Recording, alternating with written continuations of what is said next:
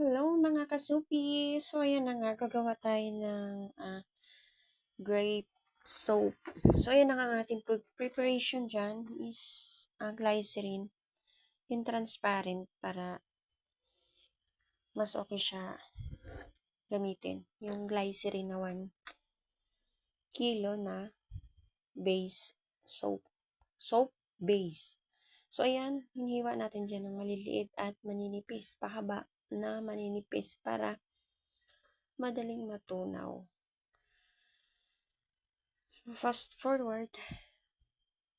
So, glycerin soap base na 500 grams lang aking ginagamit dyan. Charan! Ayan, nakakibkat na siya. Ganyan lang pagkat maliliit na maninipis para madaling matunaw. And then, dyan sa ating molder, maglalagay tayo ng dyan. So, ayan, sa preparation natin. So, ayan ang ating preparation sa molder at saka rope.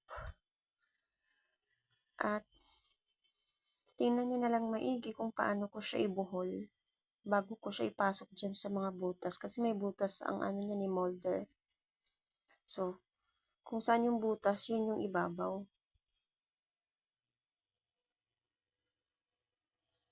Estimate mo lang yung haba.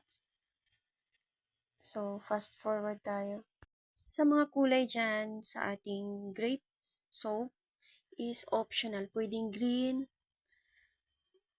red, and violet. So, kayo ang mamili. So, ang napili ko dyan is red. Ganito yung mukha niya. Kung saan yung group at saka butas, yun yung bandang ibabaw. And then, dyan sa preparation natin, ayan, mag-melt na tayo ng glycerin soap base na transparent. So, fast forward natin.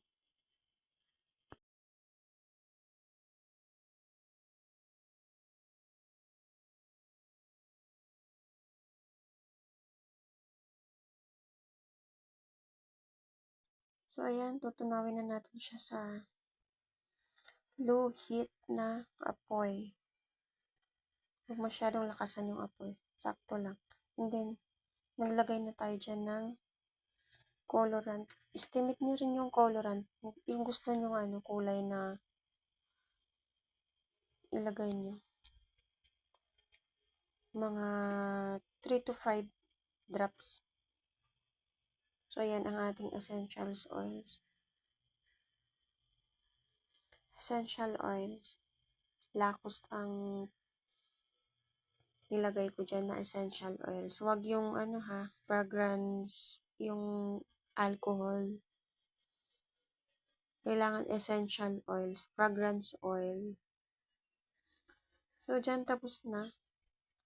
Natunaw na siya lahat at nalagyan na siya ng fragrance oil at saka colorant. Palamigin lang natin ng konti. Tsaka natin isasalin dyan sa molder niya na pabilog.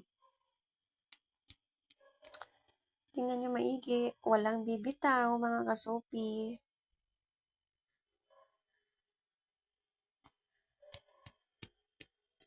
So, ayan. Ayan ang result.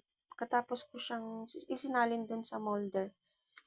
So, ang ginagawa ko dyan para madali siyang matuyo, nilagay ko siya sa ref. So, charan! Ayan na siya. Fast forward natin.